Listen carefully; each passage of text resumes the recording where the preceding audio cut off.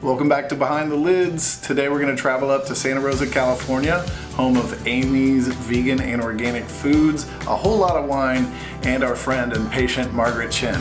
Margaret Chin founded a company called Toxic Angelz Bikinis, and they make customized bikinis for fitness and bodybuilding competitors. So we're going to travel up there, and I'm going to work with her for a day and see what kind of trouble we get into. Let's go.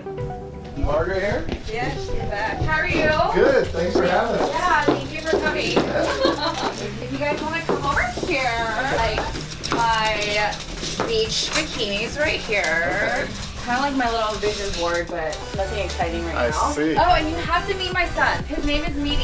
He looks meaty. What's up? He wants your toy. That's a microphone, bro. So I make competition bikinis for all the bodybuilders, and if you come here, they're all beach dazzled with Swarovski crystals.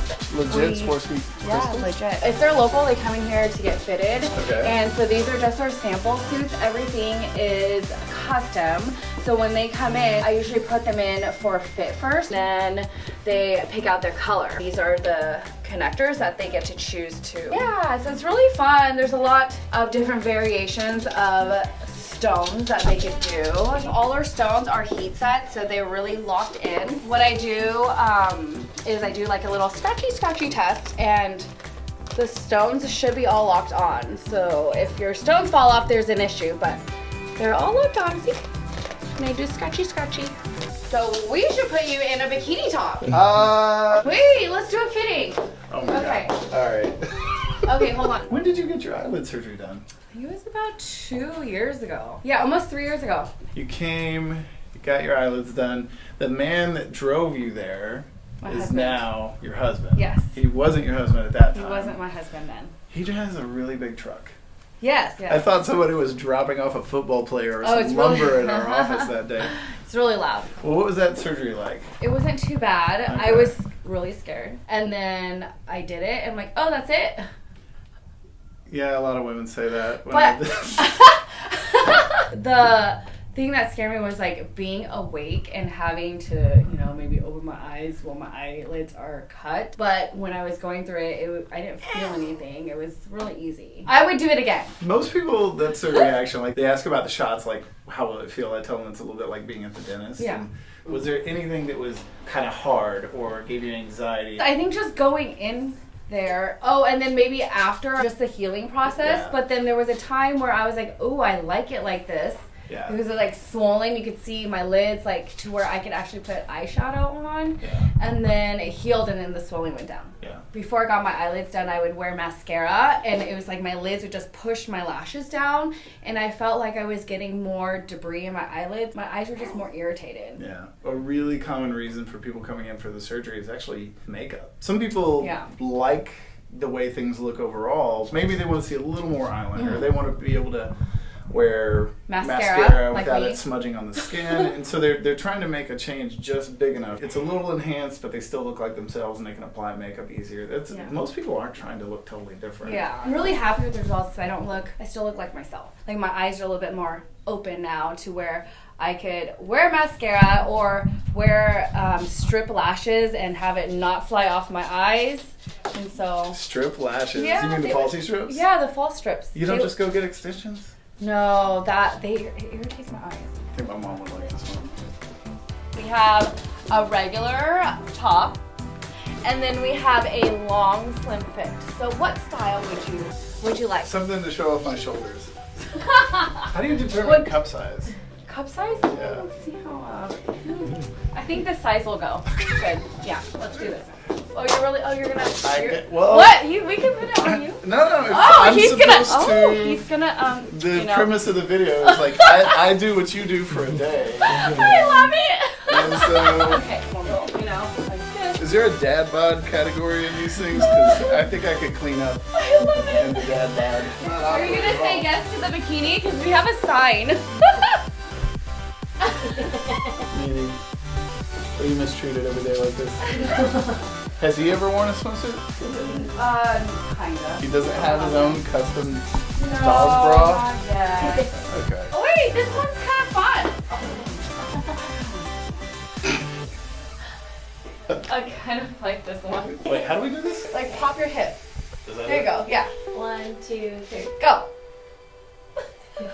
How much are these suits? I mean, just roughly. So they range between $300 to $700. They are top quality, and the stones are made to stay on really good. You can wear it over and over again. That's why you need to carry it in a special case. These are cute little logo ones. I think they kind of look alike. Right? Similar? He's gonna give you. This is not a business that most people are like, No. you know what, I'm going to go and make custom bikinis for fitness competitors and bodybuilders. Like, how did you even get into this? I didn't start doing this. I actually was in the medical field. I was a dental assistant for 10 years, going to school to become a nurse or a hygienist, and I wanted to actually do cosmetic nursing. Really? Yeah, so I wanted to do that, but it was just, I wasn't good in school. I was really bad in school, so my grades weren't the best. It was really hard for me to get into the program, but I applied for nursing and hygiene for 3 years straight. Then I got laid off and I decided to make bikinis, and I wanted to focus on the bodybuilding industry because I had already competed. So I figured, let's go after, network with my friends that I know that competes, coaches that I know, and just kind of get the word out there. And then when I started my business, I got accepted into the hygiene program. So I'm like, torn, right? Were you doing well enough at that early stage to say, let me keep making these bikinis? Or were you just so in love with the process that you just wanted to keep going? I was in love with the process. I wanted to go to hygiene because it was safe versus doing something I have no clue anything about. Like, I didn't know how to sew. I taught myself. I had just started my business. I'm like, I could do both. And I was in school thinking, like, I can't do this. And I had to make that decision to take the risk, drop out of school. I had gone to school for years, right? Micro, OChem, organic physiology, all that. It was in my face. That's what I wanted. Or do I take the risk? And Bad memory. Yeah. Oh, yeah. Actually, I really liked organic chemistry. It was really fun. Really? But all the others were really hard. You're literally like the only person. I think I had a good teacher. Yeah, so I took the risk and I followed my dream and I did it. How long did it take you to get into like this, like an actual office, professional space? I mean, I guess you were doing it out of your home. So when I first started, I was working out of my bedroom, and then I couldn't stay there anymore, so I had to move into an office building. And I lived in Antioch, and it was really ghetto at that time. It was unsafe.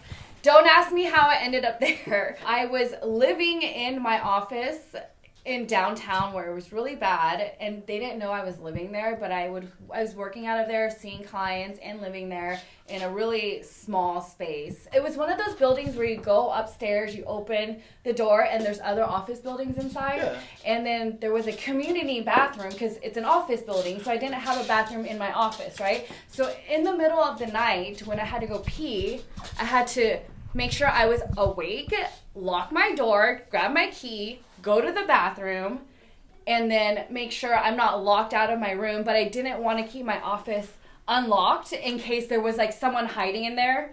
It was that scary. So you totally just life hacked that whole first year or more of your professional life. And I didn't have a job. I had gotten laid off. I was, living off food stamps. I actually stopped paying all my bills. I stopped paying my bills because if I paid my bills, I couldn't get ahead. So I just, ruined my credit a little bit. But now it's it's paid off because I paid off all my cards and everything, and you could see the history and why I did that. But if I were to pay my bills, I couldn't have made it. For every sale that I did, I just put back in, and that's how I started, basically. I see. So everything you did in the beginning, you reinvested back into the business, back into the company. Yeah. You hear people talk about that a lot. Business people, entrepreneurs, they'll say the more uncomfortable you're willing to be, the faster you can grow, the more you can earn. Yeah, I definitely had nothing.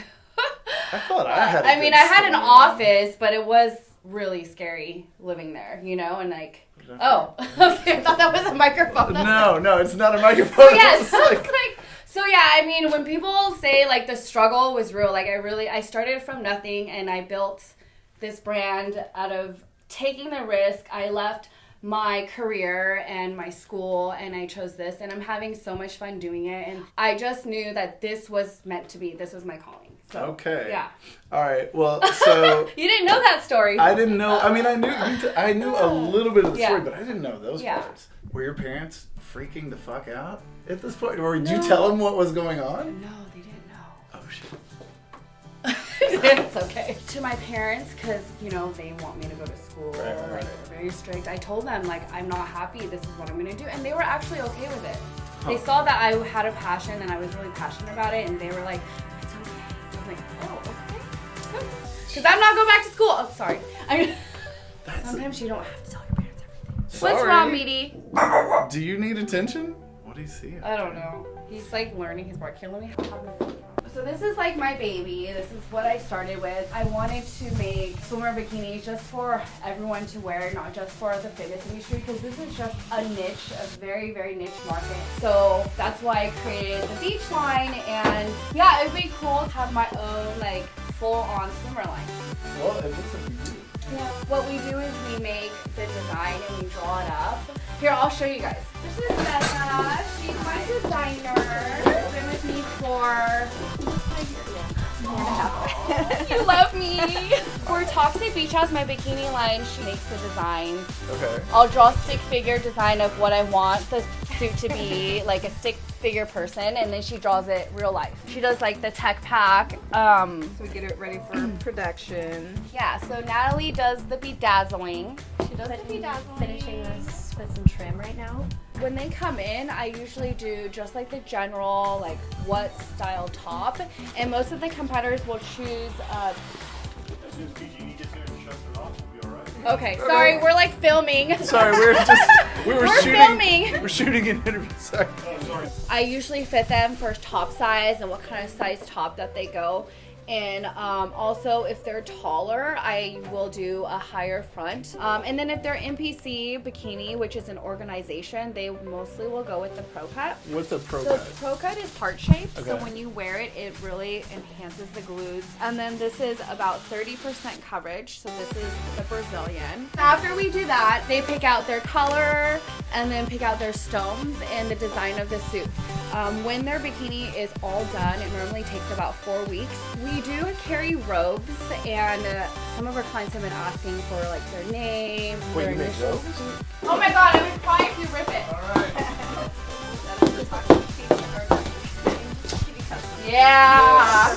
Maybe I should just try and do one. Yeah, you should do that. We'll make you one with your name on your butt. I'm not. Yeah. Oh, so much chaos. So we've had fires and now gas leak. Any open windows or anything? I think we're good. Okay. Yeah. Thank you.